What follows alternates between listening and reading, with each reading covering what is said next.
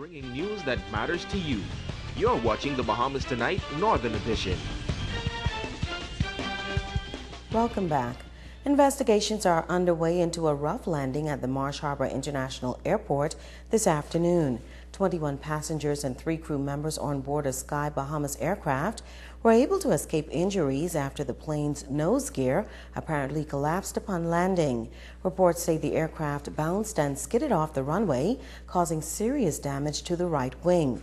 Reports say the plane was en route to Abaco from Fort Lauderdale, Florida. Minister of Transport and Aviation Glenys Hannah Martin made mention of the situation in the House of Assembly this afternoon. She said civil aviation officials are investigating the incident.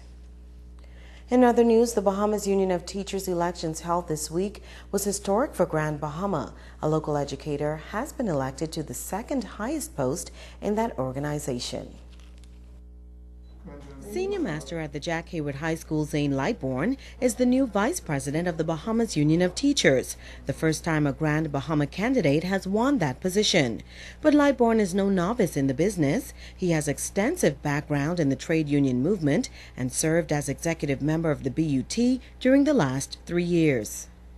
I have been sitting on a number of committees. Also, I've had training and I was able to chair a lot of AGMs. And I was kind of pulled and convinced, even though my plate was kind of full, to do justice and be of some service, more service to my union. The new VP says he's ready to get down to the business of representing educators. Some of the issues, immediate issues, money is owed to teachers. I mean, I am a firm believer that if one works, they should be paid.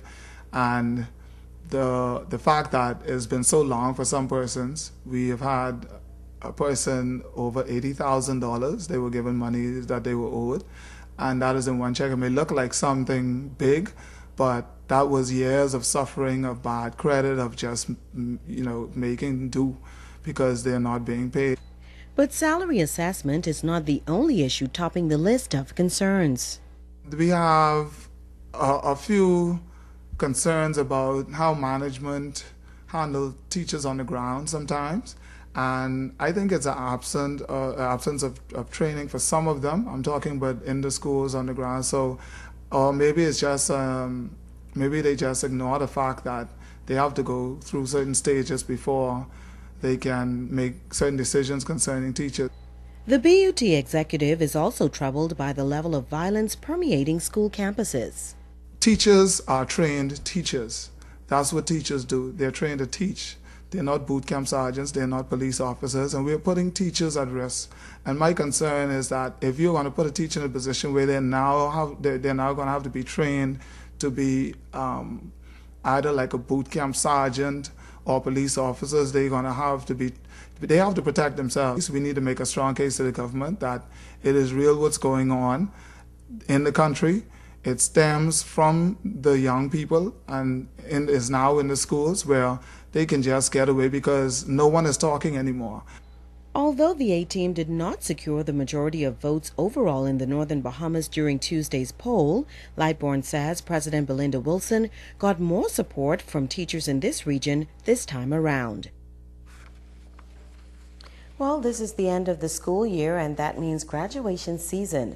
Hundreds of seniors will be leaving school and preparing for another chapter in their lives. Tonight, Italia Hall talks with some graduates of Tabernacle Baptist to find out their plans for the future. The graduation ceremony included an address by a former graduate attorney, Shatara Andrews, and a special presentation from the Grand Bahama Port Authority and the City of Freeport Council. 41 students graduated from the institution.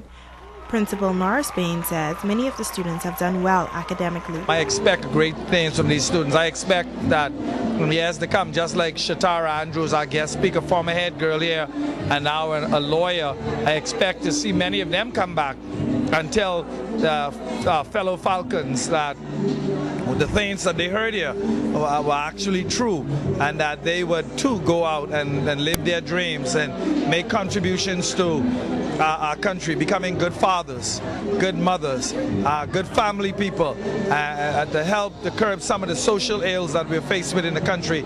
I firmly believe that if these young people go out and become strong family people, it will help us tremendously.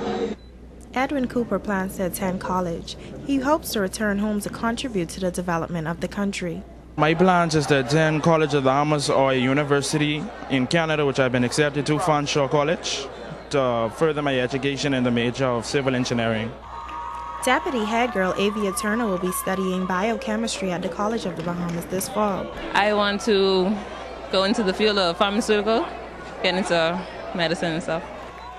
Tanisha McKenzie is headed to college as well, but she's concerned about the economic situation in the country. My concerns is that, there are not enough jobs. It may be hard, coming out of school for some of my fellow graduates, but I think we'll do well. Yet, McKenzie encouraged other students to stay focused. I would say working hard is definitely, you go through a lot and it's very hard for you at first, but keep going, keep persevering. I'm sure you're going to do well. Natalia Hall, Saturdays Network News. Graduated from Tabernacle Baptist Academy today. Congrats to all y'all graduates. That's your mom, Janice. My graduation tomorrow, y'all gonna see me. Anyway, that explains some things. That's news from the Northern Service. On behalf of the entire team, I'm Sabrina Brown. Thank you for joining us. The Bahamas Tonight continues with the National Report.